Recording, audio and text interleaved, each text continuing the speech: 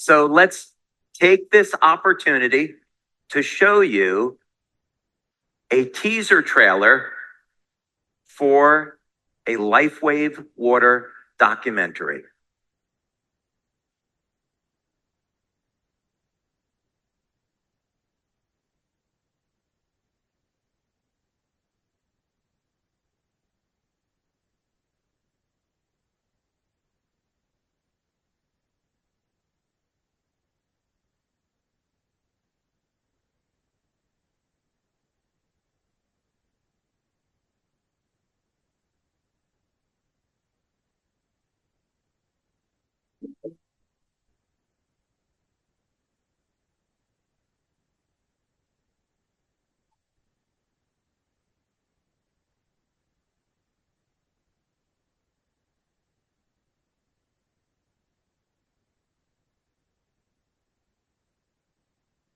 I was about 7 years old, and we had a family get together at my grandparents' house.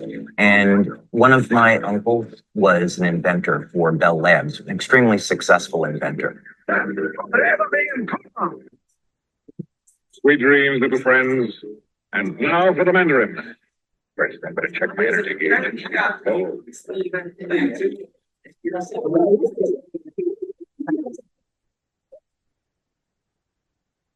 My cousins, they said, hey, let's break away from the adults and we want to go take a look at something.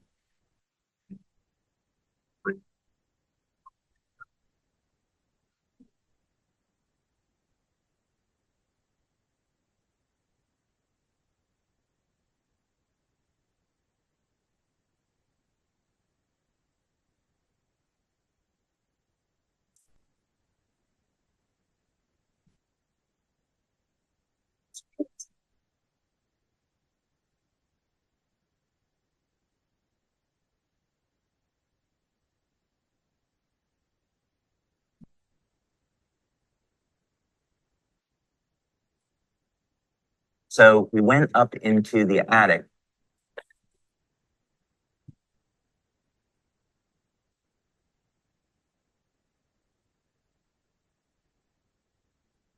Being in that environment, something started to really resonate with me. I just thought this was the coolest thing.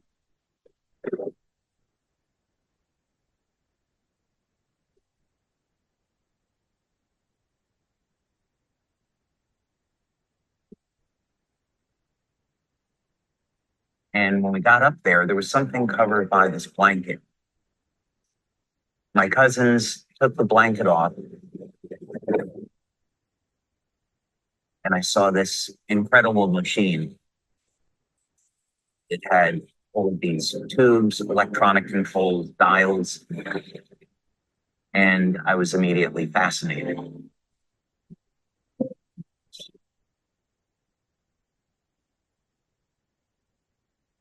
It was then that I knew that I want to be an inventor when I grow up.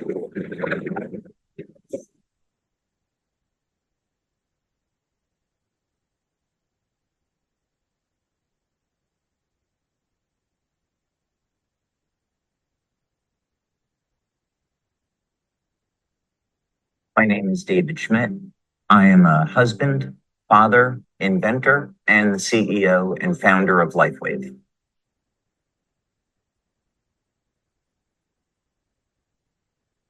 From when I was young, I always had an interest in exploring the world and learning about how things work. We didn't have the distraction of cell phones and computers, so I spent a lot of time outside with my friends, exploring the natural world, looking at insects, going for walks in the woods, and trying to understand how all these things in nature function and enjoying the beauty of it. So we've asked science to tell us who we are. We have an answer, and many scientists are not comfortable with where that answer is leading. The origin of life problem is, I think most scientists today claim that that is the most difficult problem, and we still face it. Sometimes people talk about, well, we could create life in the lab, but in that case, it's usually an intelligent design explanation because you have the scientists with their intelligence bringing together chemicals, not that they find in nature, but from a chemical supply company, and then putting them together in some very intentional way. Science is arriving at the place where our ancestors invited us to begin. And that is with the understanding that we are part of, rather than separate from, the world around us. Could it be that who or whatever is responsible for us left us a message? If this is true, where would we look for proof? God has left his fingerprint in nature and in natural design. And by studying nature with this perspective, we can unlock some secrets that have been hidden.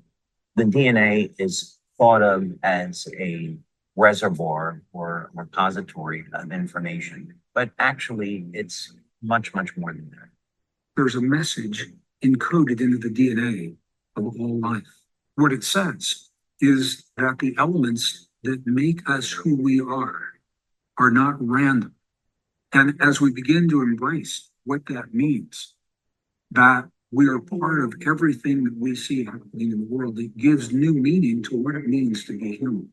Not only are we more than the product of random processes, we are designed to interact with the world around us as well as the world within us.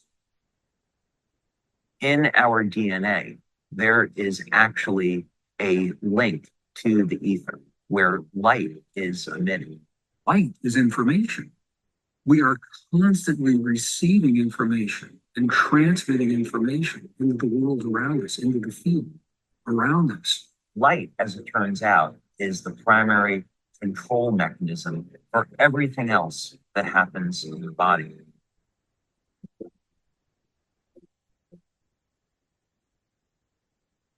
We can understand the language of the DNA, the code by which this all works.